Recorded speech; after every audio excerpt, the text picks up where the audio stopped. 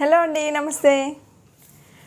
ఈరోజు నా వీడియోలో మనం ఇంట్లో బ్రెడ్ ప్యాకెట్ ఉంటుంది కదా, సో బ్రెడ్ ప్యాకెట్స్తో మనం అప్పుడప్పుడు చాలా రకాల వెరైటీస్ తయారు చేస్తూ ఉంటాం కదా.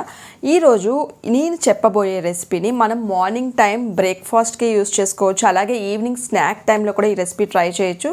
సో మనకి చాలా మంచి రెసిపీ అనమాట, బాగా టేస్టీగా కూడా ఉంటుంది అండ్ స్పైసీగా కూడా ఉంటుంది.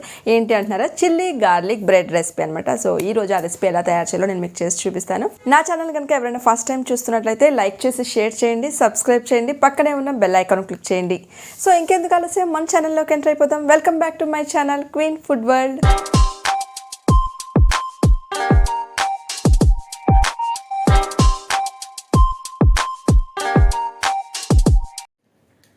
చిల్లీ గార్లిక్ బ్రెడ్ స్లైస్ తయారు చేసుకోవడానికి ముందుగా ఒక బౌల్ తీసుకుని బౌల్లో బటర్ వేసుకోండి,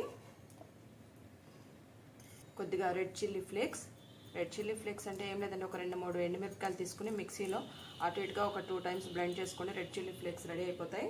కొద్దిగా కొత్తిమీర తురుము, వెల్లుల్లి పేస్ట్, పెప్పర్ పౌడర్, టేస్ట్కి తగినంత సాల్ట్ వేసుకోండి.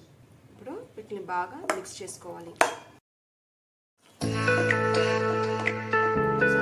మిక్స్ చేసుకోవాలి. మీకు ఇంకా బాగా స్పైసీగా కావాలంటే ఇంకొద్దిగా పెప్పర్ పౌడర్ లేదంటే చిల్లీ ఫ్లేక్స్ ఇంకొద్దిగా యాడ్ చేసుకోవచ్చు.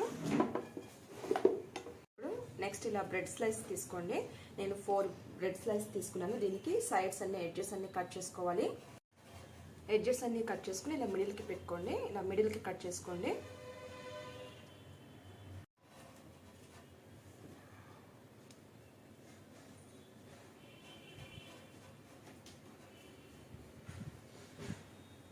ఇలా బ్రెడ్ స్లైస్ అన్నిటికీ అప్లై చేసుకోండి.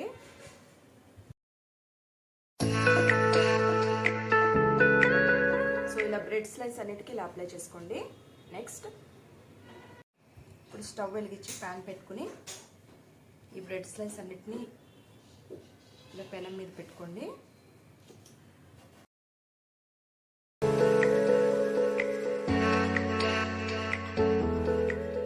సైడ్ కొంచెం గోల్డెన్ బ్రౌన్ కలర్లోకి వచ్చాక మనం నెక్స్ట్ వైపు టర్న్ చేసుకోవాలి.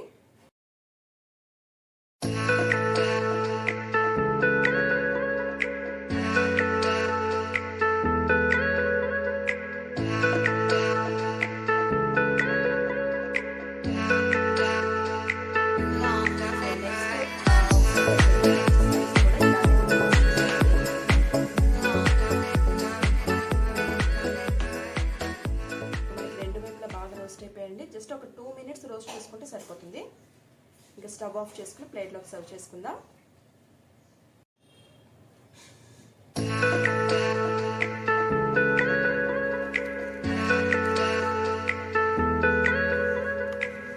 చిల్లీ గార్లిక్ బ్రెడ్ని టమాటా సాస్తో తీసుకుంటే చాలా బాగుంటుంది. సో డెఫినెట్గా ఒకసారి ఈ రెసిపీ ట్రై చేయండి. ఎలా ఉందో నాకు కామెంట్ చేయండి.